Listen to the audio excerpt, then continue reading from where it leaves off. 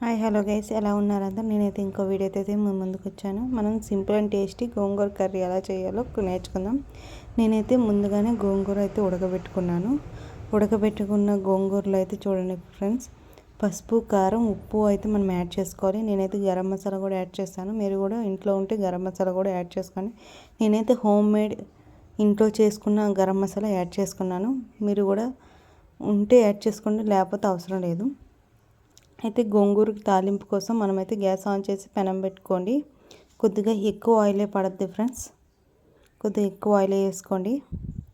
Oil ఎప్పుడైతే heat అయింది అనుకుంటారో అప్పుడైతే ఒక స్పూన్తో అయితే ఆవాలు వేయండి. ఆవాలు వేసాక అవి వేగాయి అనేటప్పుడు శనగపప్పు వేయండి.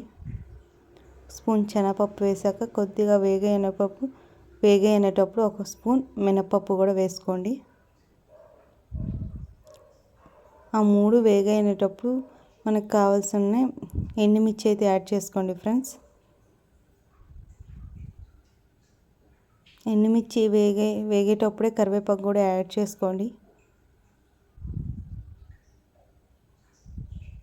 ఇవన్నీ అయితే బాగా కలుపుకోండి ఫ్రెండ్స్.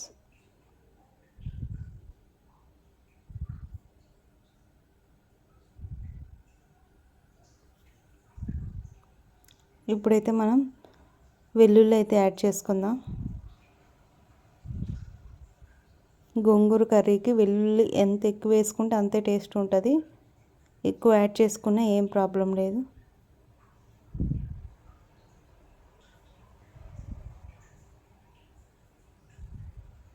ఇప్పుడైతే మనం జీలకర్ర వేద్దాం.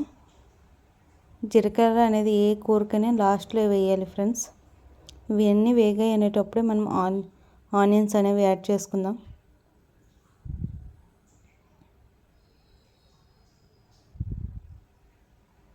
ఆనియన్స్ అనేవి వేసుకున్న తర్వాత బాగా కలుపుకోండి ఫ్రెండ్స్.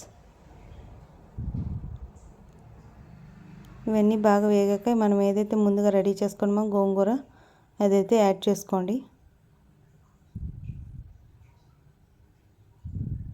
గోంగూర వేసుకుని బాగా కలుపుకోండి ఫ్రెండ్స్.